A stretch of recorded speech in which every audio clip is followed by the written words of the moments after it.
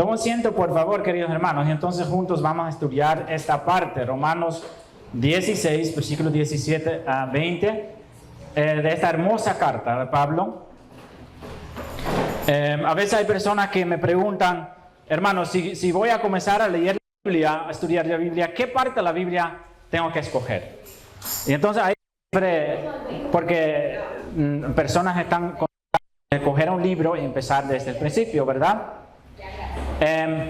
Y entonces muchos empiezan en Génesis, que no es malo, por supuesto, pero para entender el concepto de la Biblia, siempre aconsejo de empezar, por ejemplo, en uno de los evangelios, de Juan, de Mateo, de Marcos, para entender primeramente el propósito que Dios tiene con la humanidad. Es salvarnos de nuestros pecados a través de su Hijo Jesucristo, ¿verdad?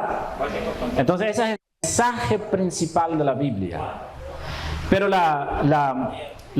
entonces es uno de esos evangelios, ¿no? Juan, Marcos, Mateo, Lucas. Uno de los 4 evangelios. Siempre es bueno empezar con esto.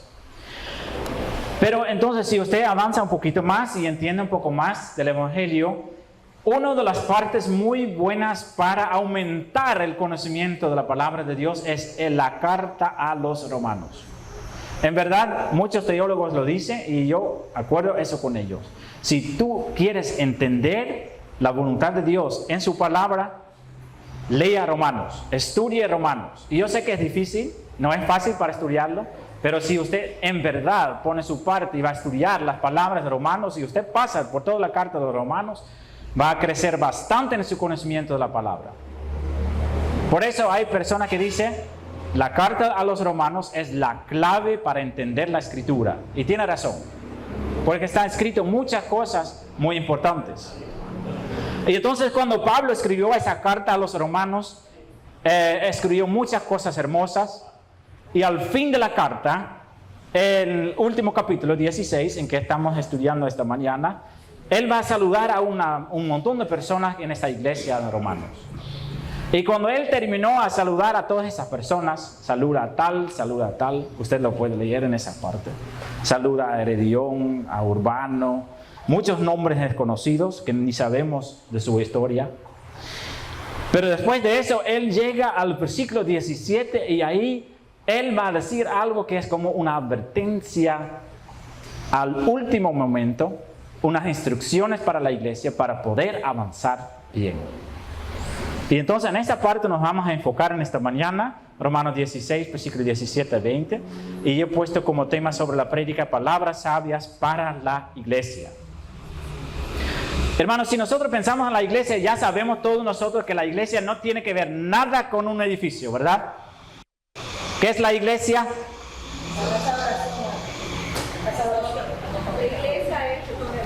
Los hermanos juntos forman la iglesia. ¿Sí? Entonces, esta es la iglesia. La iglesia no es un edificio, no tiene que ver nada con un edificio. La iglesia en todo el mundo, sí, todos los cristianos juntos forman una sola iglesia. Y en local formamos congregaciones, grupos de cristianos que juntos forman la iglesia y que sirven a Dios. Queridos hermanos, si nosotros hablamos de eso, ¿no? ¿Qué es importante para la iglesia? ¿Qué es más importante para la iglesia? Si yo hago esa pregunta, tal vez uno dice, es muy importante que como iglesia organizamos actividades, que hacemos, no sé, cualquier cosa. Pero ¿qué bíblicamente es lo más importante en la iglesia? ¿Quién lo sabe? ¿Qué es lo más importante para la iglesia y en la iglesia? ¿Qué es lo más importante? Amarnos unos a otros. La unión. La unión. Amarnos unos a otros. Obediencia es muy importante, pero no es lo más importante. ¿Y cómo sabemos que eso es lo más importante? ¿Sí sabe? Porque somos el cuerpo de Cristo. ¿Ya? Pero ¿en qué parte de la Biblia sabemos que eso es verdad, que eso es lo más importante? ¿Quién tiene alguna idea? Amor. Mandamientos. Sí, todo importante. Pero tenemos una parte muy preciosa en la palabra de Dios en que Cristo mismo dice que es lo más importante. En Juan 17 encontramos una oración de Jesucristo hacia su Padre. Una oración íntima.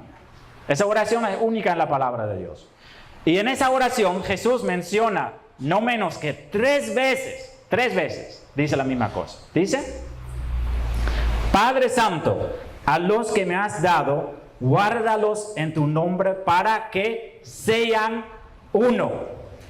Para que sean uno. Y otra vez lo dice: para que sean uno. 3 veces. 3 veces ora por eso.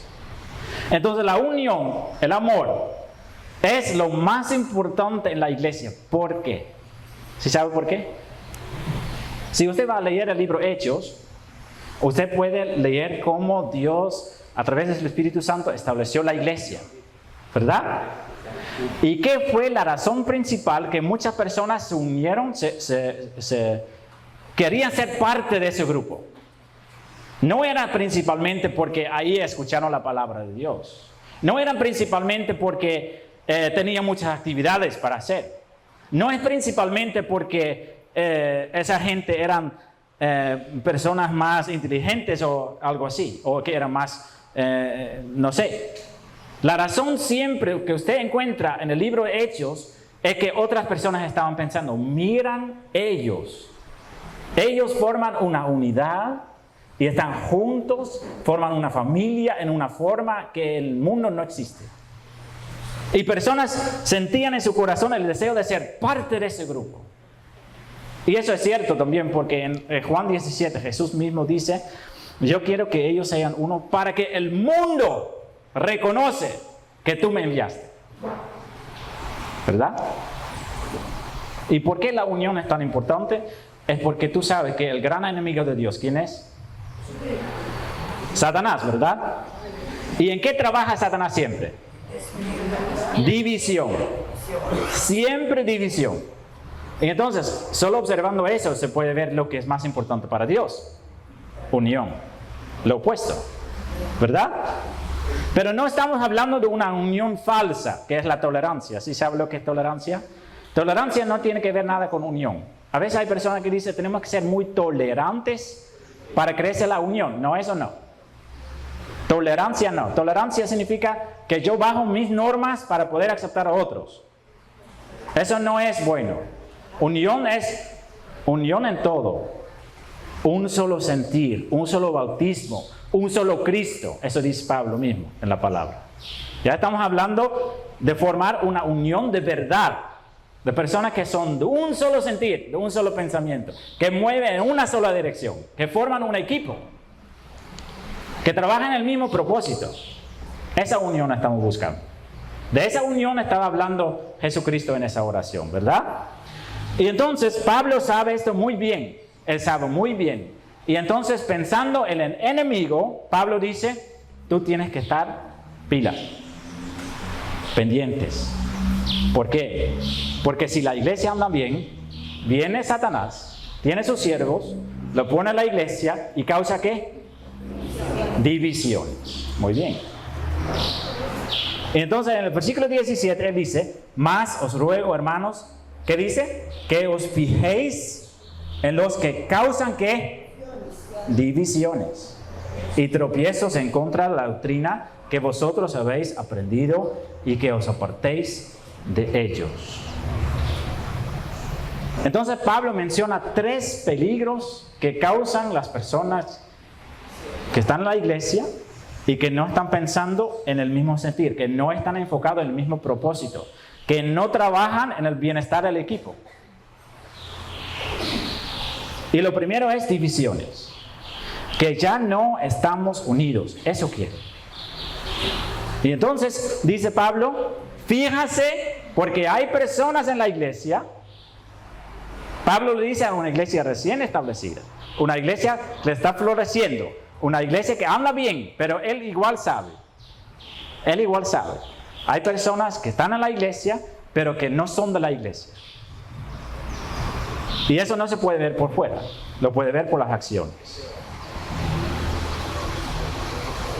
Entonces, ¿en qué forma trabajan en eso? Por murmuraciones, por ejemplo. Murmuraciones son muy destructivas para la iglesia. ¿Sí sabes lo que son murmuraciones? Quejando. Cuando algo no está bien en la iglesia, ¿tú puedes decirlo? Sí, claro que sí. Es su deber. Es su deber, queridos hermanos. Si usted observa algo que no está bien en la iglesia, usted tiene que hacer algo con eso. Pero de una forma sabia y correcta. Porque si usted observa algo no va bien en la iglesia, usted puede ir a otro hermano, mire cómo están diciendo las cosas. Y eso no es bueno. Eso es compartir chismes. ¿Cómo? Habló como que bebé. Yo. Ya casi soy. Eso se llama Chismes. Cuentos. Y entonces murmuraciones. Si usted se siente mal sobre algo, es para que usted vaya a la persona que en su opinión causa eso y hablar directamente con esa persona. La palabra indica eso clarito en la escritura. Porque Jesús sabe que cuando alguien está no contento con algo, porque puede ser que alguien está en la iglesia y que no sabe nada. Y que está hablando con un hermano y ese hermano dice, mire cómo están haciendo las cosas mal ahí, así. Y esa persona no sabía nada, pero va a pensar, mire, sí es verdad, sí es verdad. Y ahí esa persona también va a pensar en eso. Y lo va a decir otra persona y esa persona también sabía nada, tampoco sabía nada. Y también lo va a escuchar y va a observar y dice, sí, es verdad, sí. Y ahí hay tres. Eso es como una enfermedad contagiosa. Es una cadena. Es muy peligroso eso. Eso puede destruir una iglesia entera. Y por eso Pablo dice, hermanos, que os fijéis, pon atención en esas personas que hacen eso. Pon atención en los que causan divisiones. ¿Sí? Primero, divisiones. Y segundo, el segundo peligro es tropiezos. Tropiezos. ¿Sí sabe lo que es un tropiezo? Si usted está caminando por un lado y lamentablemente el municipio no ha hecho su trabajo, hay un hueco en el camino y usted se cae sobre el hueco. Eso es un tropiezo, ¿no? Pero eso también tenemos en la vida espiritual. ¿Sabe qué es la mayor razón que una persona no quiere juntarse a la iglesia? Bueno, primero, muchas veces son sus pecados personales. Pero segundo es por malas acciones y actitudes de personas que consideran como cristianos. Y esas personas son tropiezos. Entonces, cuando a veces hay una persona nueva en la iglesia, se encuentran con una persona y la imagen que esa persona se forma en su mente está basada en el primer contacto que él tiene con la persona. Entonces, cuando una persona por primera vez entra por esa puerta, por ejemplo, y nadie lo saluda, o todos lo están mirando como, ¿qué hace esa persona aquí? Esa persona va a observarlo clarito y va a pensar, ¿qué lugar es esto? Creo que no voy más. ¿Verdad? Pero en cambio, cuando esa persona entra y hay personas, ¿cómo está por primera vez aquí? Mucho gusto, soy tal y tal. Tú puedes sentarse aquí, en esta iglesia son bienvenidos todas las personas. Ahí se va a pensar, esa gente son amables. Hablando con una sola persona, dice, toda esa gente son amables. Muchas veces así. Entonces, nosotros no tenemos que ser tropiezos. Ni en nuestra familia. Nuestra actitud es muy, muy, muy importante. Muy importante. La manera en que nosotros hablamos con nuestros familiares, así ellos nos van a juzgar como cristianos. Entonces piensan, ese familiar mío es cristiano, pero siempre está haciendo tal, usa malas palabras, siempre se enoja, nunca está feliz. Y entonces esa persona piensa, cristianos son personas que usan malas palabras, que nunca están felices. ¿Verdad? Porque el mundo juzga por el cristiano que conoce. No va a la iglesia y va a pensar, yo voy a conocer a todas las personas y cuando conozco a todas las personas voy a sacar mi conclusión. No, así no funciona. El primer cristiano que ellos conocen, la actitud de ese cristiano, ellos van a juzgar a los demás. Así es. Así funciona la discriminación también, ¿verdad? Hay personas que dicen, los venezolanos son malas personas. ¿Por qué? Porque han encontrado una mala persona venezolana, ¿verdad? ¿Significa eso que todos los venezolanos son malas personas? No. Pero la gente juzga por los ejemplos que ellos conocen. Y así también la vida cristiana. Hay personas que dicen, las iglesias cristianas, no, yo no. Mire cómo son esas personas, siempre juzgando, siempre pidiendo plata, ¿verdad? Porque ellos conocen a los cristianos así, entonces juzgan a todos por así. Pero nosotros tenemos la oportunidad de mostrar otro ejemplo, de no ser tropiezo, sino de ser un cristiano de verdad, mostrando el amor y el gozo que tenemos nosotros en Cristo Jesús. ¿Amén? Amén. Y entonces esos son los primeros dos, divisiones y tropiezos. Y el tercero es doctrina. Mira, dice el versículo que causan divisiones y tropiezos en contra de la doctrina que vosotros habréis aprendido. Doctrina, ¿qué es doctrina? Enseñanza, ¿no? Lo que una iglesia enseña, ¿verdad? Entonces, ¿qué dice Pablo? Pablo dice, en la iglesia entran personas que tienen una doctrina diferente, que tienen otra doctrina y están tratando de engañar a la gente, ¿verdad? Bueno, en el tiempo de Pablo era bastante sencillo. ¿Por qué? Porque en Roma había una sola iglesia, no habían 50. Había una sola iglesia. Y ellos no tenían TikTok, no tenían Facebook, y entonces no estaban pasando videos de cualquier predicador, no. Ellos solo escuchaban al predicador de su misma iglesia. No estoy diciendo que eso debe ser así. Lo que estoy diciendo es que el tiempo de Pablo era más fácil, para proteger la iglesia contra malas doctrinas. O sea, una sola denominación, dice usted. No, eso no estoy diciendo. Vamos a escuchar lo que voy a decir. Lo que voy a decir es lo siguiente. Si usted no conoce su doctrina, corre en peligro de ser engañado. Eso estoy diciendo. Claro, porque hay muchas personas que andan una iglesia. Exactamente. Ahora lo voy a decir más fuerte. La mayoría de ustedes no tienen ni idea de qué doctrina somos nosotros. No. ¿Verdad?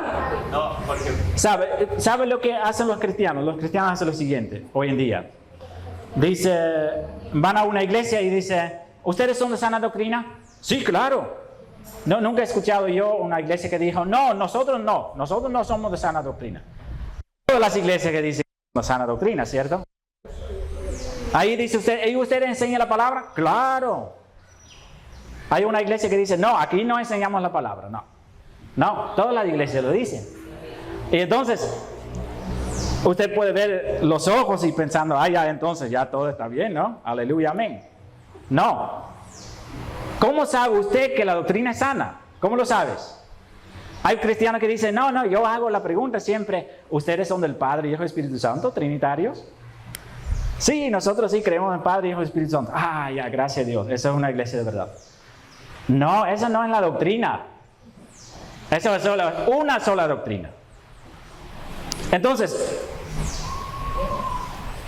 la cuestión es, si viene alguien con una doctrina falsa, si escucha un predicador en el TikTok o en el Facebook o en cualquier lugar que le da una enseñanza, ¿cómo sabe usted que esa persona le está engañando o que le está hablando la verdad? ¿Cómo lo sabe? Teniendo la palabra y nos damos cuenta, dice la verdad. Entonces tiene que estar preparado, ¿verdad? Usted tiene que trabajar en el conocimiento que tiene de la Biblia. Trabajar. Y tiene que conocer la doctrina de su iglesia. Tiene que conocerlo. Y eso no va automáticamente. No es que usted va a sentarse una vez al domingo, escuche una prédica y ahí se va. No. Ustedes tienen que trabajar en eso. Para no ser engañados, tienen que trabajar en eso. La palabra lo dice. Pablo lo dice. Ustedes tienen que estar preparados. Cuando viene un testigo de Jehová a la puerta, usted tiene que poder explicar clarito lo que usted cree. Y si viene un mormón a su puerta, tú tienes que explicar clarito lo que tú crees. Porque ellos sí saben. Ellos saben lo que enseñan. ¿Verdad?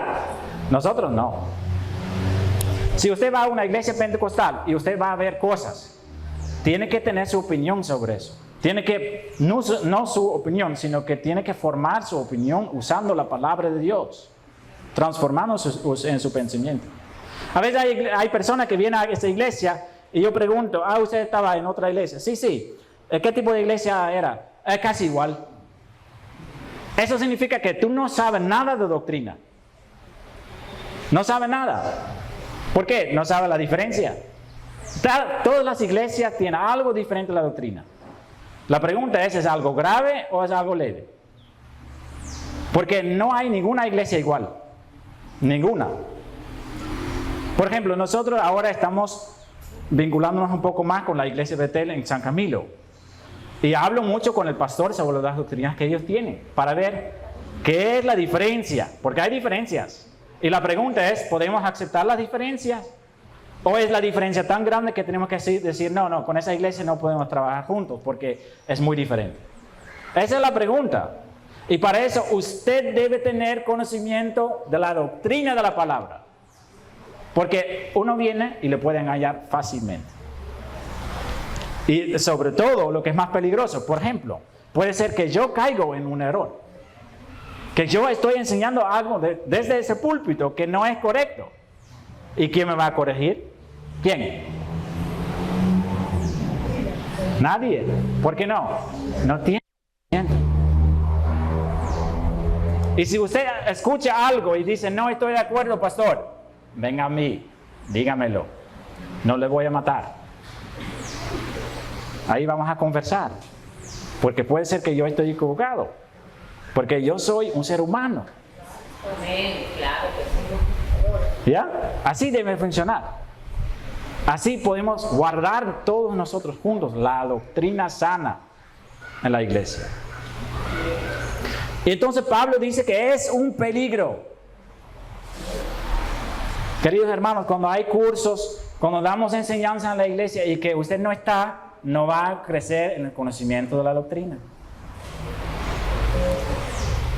No va. Si usted tiene una planta y usted no da agua a esa planta, ¿va a crecer bien? ¿Va a florecer bien bonito? Va a morir, ¿verdad? Entonces, a nuestra vida espiritual tenemos que dar abono, tenemos que dar agua, tenemos que dar luz, tenemos que invertir tiempo, tenemos que sacrificar nuestro tiempo, tenemos que sacrificar más tiempo, y más tiempo que sacrificamos, más vamos a florecer. Y más va a crecer la unión a la iglesia. Porque estamos unidos. Estamos unidos en la doctrina, estamos unidos en a donde vamos, estamos unidos en el propósito de nuestra vida.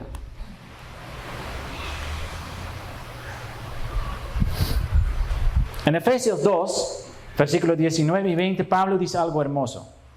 Dice lo siguiente: ya no tiene que ser extranjeros en la religión, en el cristianismo. No tiene que ser un extranjero, sino conciudadanos de los santos y miembros de la familia de Dios. Es algo hermoso, queridos hermanos. Ser parte de una congregación, ¿qué es según la Biblia? Cuando usted es parte de una congregación, si usted es parte de una iglesia, ¿qué dice la palabra de Dios? Que somos miembros de la familia ¿de quién? De Dios.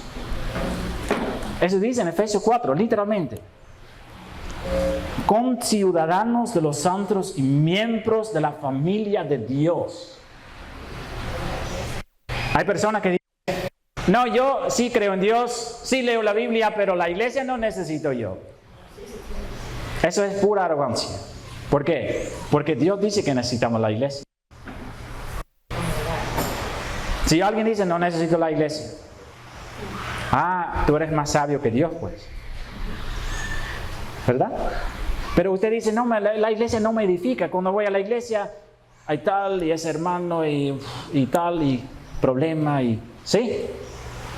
Entonces tú vienes a la iglesia para fijarse en los hermanos. Pero yo leo en la palabra que es la familia de los hermanos. La iglesia es la familia de los hermanos. No, ¿la familia de quién? De Dios. Y si Dios me acepta con todos mis errores y mis fallas, Él no puede aceptar a otra persona que también tiene errores y fallas. Aquí no somos para ser perfectos. Sí, esa es la meta, sí, es la meta. Pero no lo somos, ¿verdad? Todos tenemos nuestra historia, todos tenemos nuestros problemas. Y estamos aquí para crecer juntos. Y crecimiento a veces también significa irritación, significa enojarse, a aprender, a poder aceptar que el mundo no lo podemos modificar a nuestro modelo, ¿verdad? Y que la iglesia no es nuestro, la iglesia es de Dios, ¿verdad? Y es un gran privilegio que nosotros podemos ser parte de la familia de Dios, aunque tenemos muchas. A veces pensamos nosotros, ¿verdad? ¿Tú nunca piensas así? Sí, pertenezco a la iglesia, pero a veces la iglesia, ¿verdad? Hay cualquier tipo de persona, pues. Y no con todos sentimos muy bien o pensamos, no, eso sí puede ser mi mejor amigo, ¿verdad? Son caracteres muy diferentes, son personas muy diferentes, edades muy diferentes, mundos muy diferentes, pensamientos muy diferentes. Pero ¿cómo podemos avanzar? ¿Cómo podemos seguir adelante con tantas diferencias? Es que cuando estamos unidos, ¿en qué? En la doctrina y trabajar en la unión. Y eso requiere nuestro esfuerzo. Eso requiere nuestro esfuerzo. Si nosotros estamos en la silla y pensamos, esa iglesia nunca hace nada, pero ¿qué hacemos nosotros? ¿Quién es la iglesia? ¿Soy yo la iglesia? ¿Yo? Nosotros somos la iglesia. Y entonces, puede ser, cuando usted siente en su corazón, algo no está bien en las iglesias, tenemos que hacer más tal cosa o tal cosa. Usted puede sentarse y pensar, y nunca hacemos tal cosa, y nunca van a hacer tal, y nunca hacen eso. Puede ser que el Espíritu Santo está tocando su corazón, ¿para qué? ¿Para que usted va a quejar? No, para que usted se mueve para hacerlo. Eso es la cosa. Esa es la cosa. Si usted siente que cosas no van bien, muévese para hacerlo. Así es en una familia de Dios, ¿verdad? No, pero si yo voy a hacer tal cosa, el hermano me va a enojar, tal hermana no lo quiere aceptar y tal. No es así. En la iglesia tenemos que hacer las cosas juntas, ¿verdad? Y si Dios es importante para nosotros, la familia de Dios también. Y si amamos a Dios, también a su familia, ¿verdad? Y ponemos nuestro tiempo, ponemos nuestra vida. Queremos hacer las cosas. Y entonces Pablo dice en versículo 18, porque tales personas no sirven a nuestro Señor Jesucristo. No sirven al Señor Jesucristo. ¿Cuáles personas? Esas personas que trabajan en divisiones, en tropiezos y que tienen mala doctrina y que están tratando de engañar a otros con esa mala doctrina. ¿Qué está pasando con esas personas? No sirven a Cristo. No son mis palabras. Pablo lo dice. No, pero todos somos hijos de Dios. No todos servimos a Cristo, dice Pablo en esa parte. Sino ¿a qué sirven? Sino a sus propios vientres. Sirven a sus propios vientres. Eso es una expresión antigua.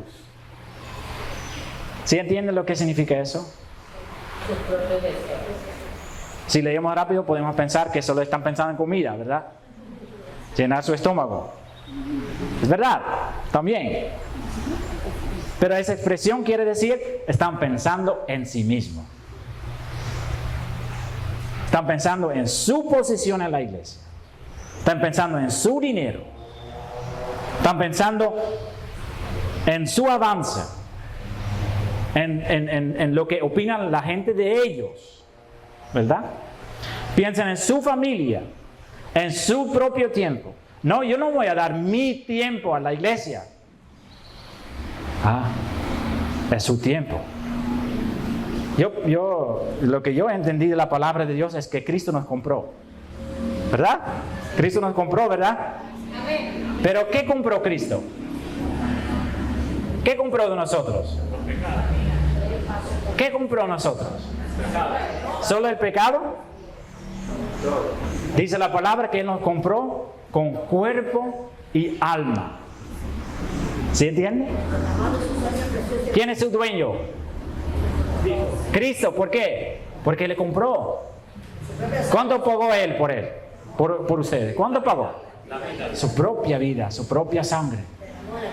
Y entonces eso significa que sus planes, su dinero, su familia, su casa, ¿de quién es?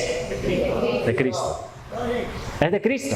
Es prestado nomás. Y entonces, cuando usted dice, no, yo no voy a dedicar más tiempo a la iglesia, porque es mi tiempo y estoy muy ocupado en mi trabajo y toda la cosa, ¿verdad? ¿Qué es el problema de ahí? Es porque tenemos otro Dios. Y ese Dios es nuestro vientre. Este es un problema común. Un problema grande. ¿Sabe qué, hermanos? Nosotros no estamos acostumbrados, ya no estamos acostumbrados del estilo de vida como los apóstoles, ¿verdad? Los apóstoles sacrificaron todo en su vida por el amor a Cristo. Y nosotros siempre estamos contando, poquito tiempo para Dios, poquito tiempo para mí, ¿verdad? Poquito quiero cumplir las cosas de Dios, poquito quiero hacer los sueños míos. Poquito de mi dinero doy a la iglesia, poquito de mi dinero uso yo. ¿Y qué es el problema con eso? El problema es que ahí estamos viviendo como por la mitad estamos sirviendo a Dios y la otra mitad estamos sirviendo a nosotros mismos, ¿verdad?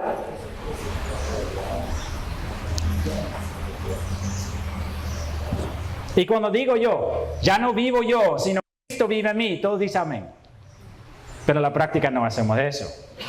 El yo está muy vivo. Y por la otra parte, está Cristo viviendo en mí. ¿Sabe lo que dice la palabra de Dios? Dios no quiere eso. Dios quiere toda nuestra vida o quiere nada de nuestra vida.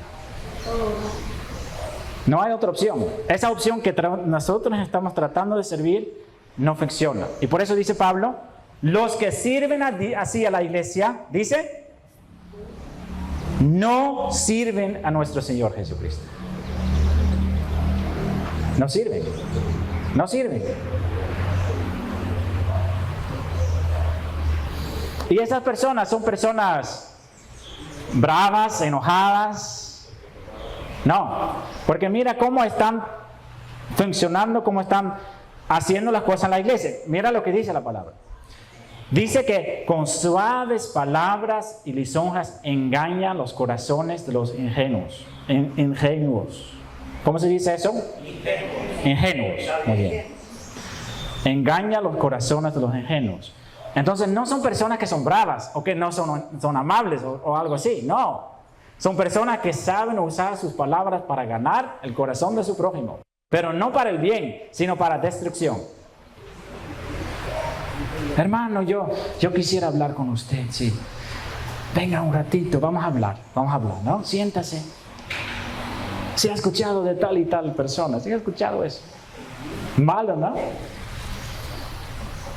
Y nadie no hace nada. Palabras suaves. Sí, hermano, he escuchado que el pastor enseña tal cosa, pero yo escuché a ese predicador y tal, y él lo dijo tal así, y ese predicador famoso.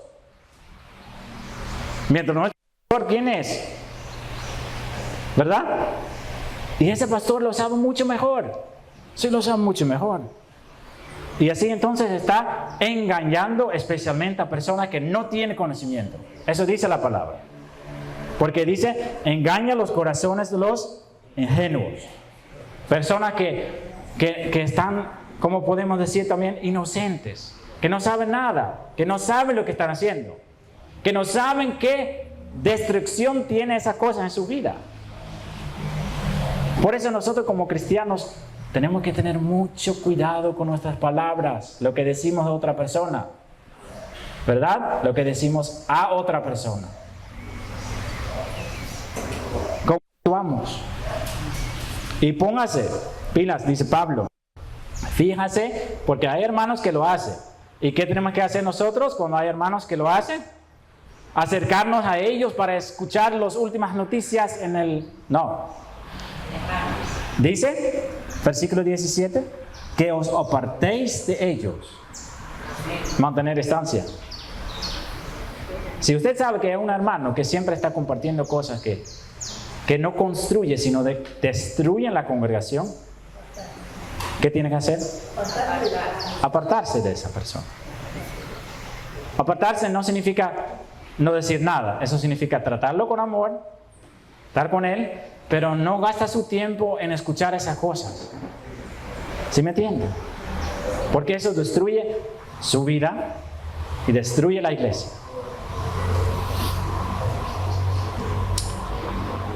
Entonces así, queridos hermanos. Versículo 19 dice: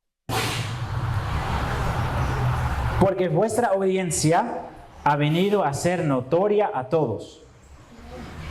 Este es un testimonio, en pocas palabras, que es hermoso testimonio. Hermoso testimonio. ¿Qué dice Pablo? Que todo el mundo conoce a la iglesia de Roma. ¿Por qué? ¿Por qué conoce a ellos?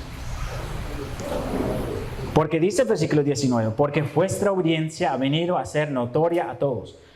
Todo el mundo ha escuchado que esa iglesia es... ¿Qué es esa iglesia?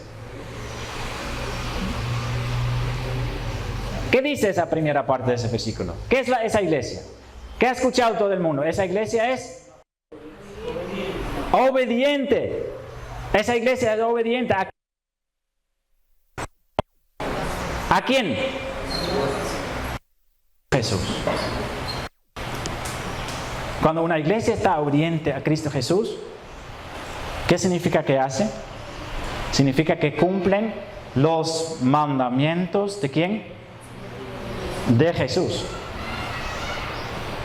¿Qué significa eso en la práctica? En la práctica significa que hacen las cosas que Jesús manda en su palabra.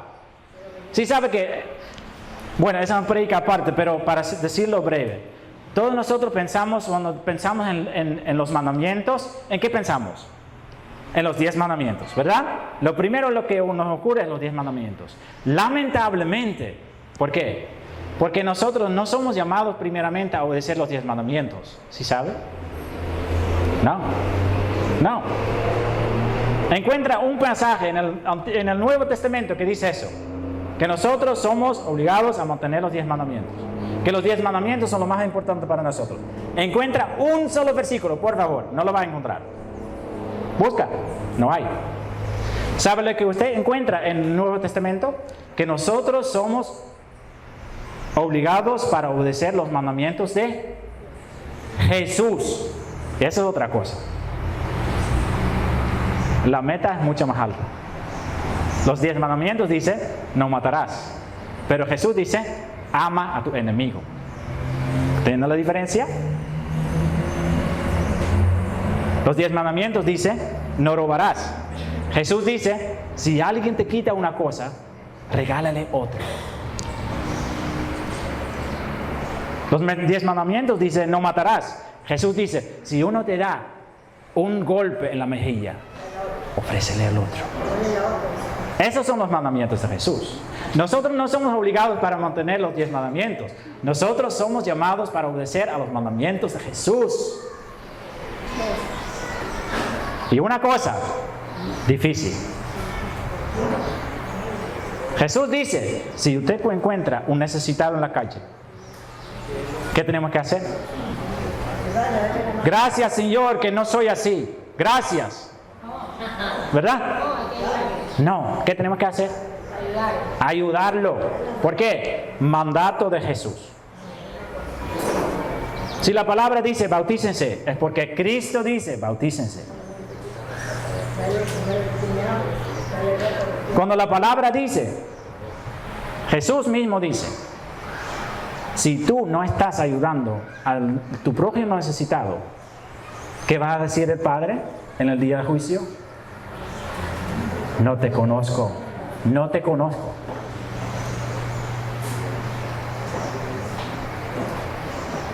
Y el gran mandamiento sobre todo de Jesucristo, ¿qué es el gran mandamiento de Jesucristo sobre todo? a Dios. No lo es. Amar al prójimo. Tampoco. Nadie sabe lo que es el gran mandamiento de Jesús. No es. Entonces eso refleja que ustedes no entienden bien lo que son los mandamientos de Jesús. El gran mandamiento de Jesús es: vayan y prediquen el evangelio a todas las criaturas. Ese es el gran mandamiento de Jesús. Pero se ha hablado aquí que usted ha ponderado que los dos grandes mandamientos. Claro, ese es el gran mandamiento en la ley, 10 mandamientos. Amar. Pero estamos hablando de las leyes de Jesús. ¿Ya? Jesús mismo dice que resume la ley, los 10 mandamientos: amor hacia Dios encima de todas las cosas, amor al prójimo. Pero estamos hablando del gran mandamiento de Jesús. Gran comisión. Dice Mateo 28, si lo usted buscar. Eso dice como título. Comisión es ley. Lo mismo. ¿Cumplimos con eso? ¿Estamos haciendo eso en la vida diaria, hermanos? A veces. Entonces la ley es para cumplir a veces. A veces. Cuando usted pasa por luz rojo y ahí viene el tránsito. El tránsito, ¿por qué pasó por luz rojo? Es porque a veces pasó también por verde. ¿Así funciona? Así somos nosotros, ¿verdad? Contentísimo. 80% de las veces paso por luz rojo, pero ese 20% paso por luz verde. Mira qué tan bueno soy. Así somos nosotros, seres humanos. ¿Verdad? Engañamos a nosotros mismos. Porque la audiencia de la iglesia de Roma ha venido a ser notoria a todos. Todos escucharon. Esa gente está practicando lo que hizo Jesús. Esta mañana nosotros leímos esa preciosa parte en la palabra de Dios en el desayuno, en que Jesús dice que Él quiere que nosotros andamos con Él, que le conocemos, para que nosotros hagamos las cosas que Él hizo. Y mayores cosas que esto. Ese es el deseo de Jesús para nosotros. El propósito de nuestra vida es ser como Cristo, ¿verdad? En los hechos, en las palabras, en nuestra forma de ser, en nuestro carácter, en la manera en que pasamos nuestro tiempo, en la manera en que usamos nuestro dinero. Todas las cosas. Eso incluye todas las cosas, lamentablemente. No puedo hacerlo mejor, no lo puedo hacer peor.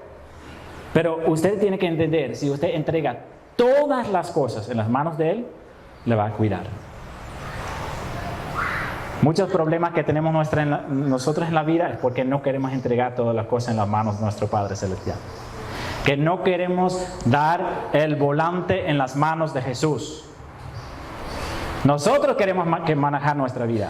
Y sí, queremos escuchar los consejos de Jesús. Sí, pero no queremos entregar el volante. ¿Por qué? Peligrosísimo, pues. Los apóstoles murieron toditos, ¿verdad? Esa es la práctica de nuestra vida, ese es el problema de nuestro corazón. Y ahí decimos, no, yo soy un buen cristiano. Pero Jesús no está manejando su vida. ¿Está Jesús manejando su vida? Manejar en el sentido que Él tiene el volante. Ese es manejar la vida. ¿Quién tiene el volante en su vida?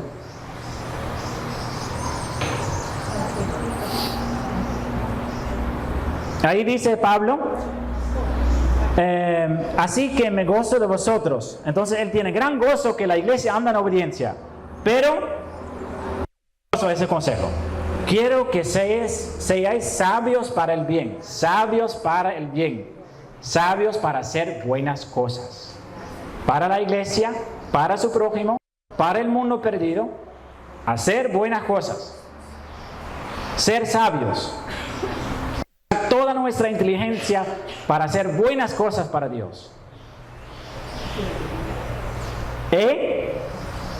Ingenuos para el mal. Eso también es hermoso. Dios quiere que nosotros, cuando escuchamos algo terrible que una persona está cometiendo, que decimos nosotros, ni sabía que eso existía. A veces hay personas que escuchan el pecado de una persona y que van a investigar qué hizo, qué maldad hizo y que... No lo hagas. Tiene que ser como un niño inocente como que no saben nada, excepto si tú tienes hijos, porque tienen que entender el mundo en que viven ellos. Pero nosotros no tenemos que hacernos expertos en la maldad. No quiere decir que nosotros lo cometemos. Significa que nosotros estamos escuchando todo eso. Ah, sí, mataron a un chico en el barrio. Páseme las fotos. ¿Verdad?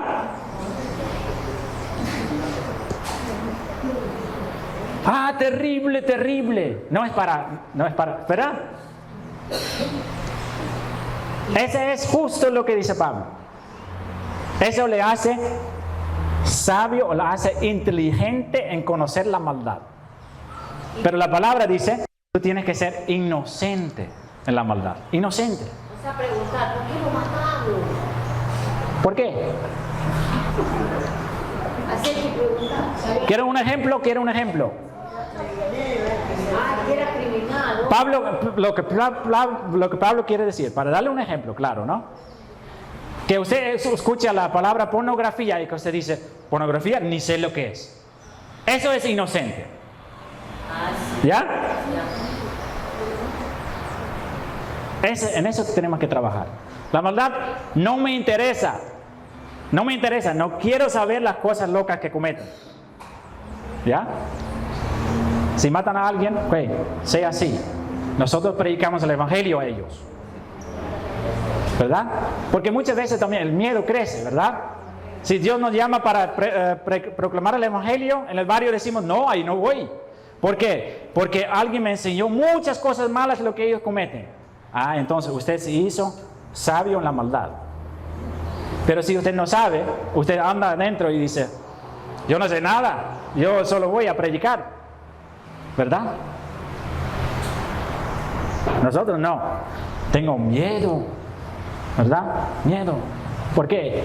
Porque siempre está siguiendo las noticias. Mira, maldad tal. Y usted sabe todas las noticias de todas las cosas que han pasado en Quevedo y en Los Ríos y en Guayas. Y ya mataron niños y ya mataron a tal y tal. Pero nosotros no somos llamados para eso. Nosotros somos llamados para ser sabios en el bien. Que cuando nosotros decimos, esas personas necesitan ayuda, ¿ya? Que todos dicen, ya, nosotros sabemos cómo hacerlo. Entonces uno recoge tal y vamos por allá y los ayudamos. Eso es sabio en el bien. Pero ¿qué es la práctica de ahora? Nosotros sabemos toda la locura que hace el mundo, pero cuando nos dice tenemos que ayudarlos, decimos, no sé cómo hacerlo. ¿Verdad? Es porque somos sabios en lo malo, inocentes en hacer lo bueno. Eso es deber, ¿no? Tenemos deberes para cambiar eso. No vayas por tal lugar, advertencias, ya no, porque te van a gastar para pedirte vacunas y qué sé yo, ¿qué hay de eso? Si nosotros vamos a predicar el evangelio, ¿nos guiamos por el miedo? ¿Por quién nos guía? Mira, si usted va a poner un negocio en alguna parte y es para ganar mucho dinero, ¿ya? Para que usted pueda tener su empresa grande. Y uno dice, no vaya por allá porque tú vas a ser vacunado y no tiene que hacer eso. Usted dice, gracias, y no vaya. Pero si Dios te dice, vaya por allá, prediquen el evangelio, no importa lo que dicen otras personas. Usted dice, sí, Señor, yo voy. Así hicieron los apóstoles. Y por esa razón, 11 de los 12 fueron matados. De una manera terrible. No es porque fueron a lugares agradables, fueron a lugares a donde fueron llamados por Dios. A hacer el mandamiento que Dios mismo dice en la palabra. Vayan, prediquen el evangelio. Ese es nuestro llamado. Y nosotros, no, porque tal y tal, ahí no podemos ir porque esa gente no escucha. Y esa gente no podemos porque ellos son peligrosos. Así somos nosotros. Cobardes en comparación con los apóstoles. Pero la palabra de Dios dice en Efesios 2, esa parte que ya leí, y casi vamos a terminar, que la iglesia es construida sobre el fundamento de ¿qué? El fundamento de los apóstoles y de profetas, siendo la principal piedra el ángel de Jesucristo mismo. Nosotros somos llamados para seguir el ejemplo de Jesús. Nosotros somos llamados para seguir el ejemplo de los profetas que fueron matados por su mensaje. Y somos llamados para seguir a los apóstoles que fueron matados por su mensaje. Y nosotros decimos, no, no voy por allá porque tal vez me roben. ¿Entiende la diferencia? El problema no es el mundo, el problema es la iglesia. Ya he dicho antes eso. ¿Cómo es posible que una ciudad que tiene como más de 100 iglesias, una terrible situación, una delincuencia tremenda y muchas personas que andan sin luz, sin paz, totalmente deprimidos sobre esta tierra? ¿Cómo es posible con 100 iglesias, más de 100 iglesias en esta ciudad? ¿Cómo es posible? ¿Sabe por qué?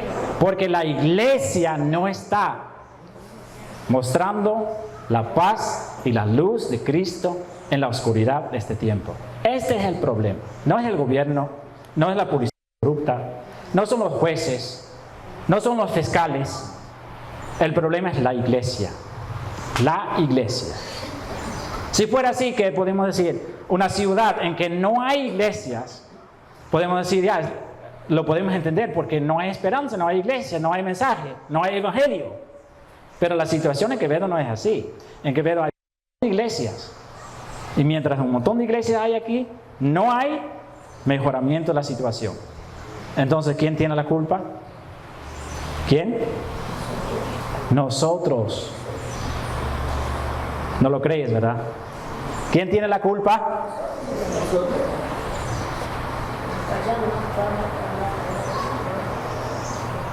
En Roma reinaba un emperador cruel que se llama Nero en ese tiempo, que mataba a cristianos y los usaba como lámparas en su jardín, quemándolos. Pero ¿qué dice Pablo en esa parte? Cobardes que corrieron a todas partes. No, dice, el testimonio de ustedes han oído en todo el mundo, vuestra obediencia. A los cristianos que andaban en gran peligro, lo dice. Y nosotros obedecemos a los mandamientos de Jesús. ¿Los obedecemos? Vayan, prediquen el evangelio. Vayan, ayuden a su prójimo. El Espíritu de Dios está sobre mí, si conoce esa parte de Jesús, para liberar a los encarcelados, para sanar a los enfermos, ¿verdad? Si no conoce ese versículo, el gran mandato de Jesucristo, Él fue mandado para eso. Y dice después, si ustedes van en mis caminos, ustedes van a hacer cosas de esto, pero mayores. ¿Estamos preparados para eso? ¿Estamos dispuestos a servir a Dios? ¿Estamos dispuestos a entregar nuestra vida entera a su servicio? Que tú puedes decir, que tú vas a la casa y dices, Señor, yo escuché el mensaje, ahora yo lo quiero poner en práctica. Por favor, que me hable. ¿Qué quieres que yo hago? Si usted quiere poner en práctica esa prédica, solo tiene que orar eso. Que usted va a la casa y que usted dice, ¿qué quieres que yo haga? Esa pregunta hizo Pablo. Y Dios lo convirtió de un perseguidor de cristianos en el gran siervo de Dios. Esa pregunta hizo Jeremías y se hizo uno de los profetas más grandes del Antiguo Testamento. Esa pregunta hizo Isaías y Dios lo hizo uno de los profetas más grandes del Antiguo Testamento. Esa pregunta hizo Ezequiel, esa pregunta hizo Daniel, esa pregunta hizo todos los discípulos. ¿Qué quieres que yo haga? Pero nosotros no, porque ya sabemos lo que queremos hacer. Solo es que no es la voluntad de Dios que queremos hacer.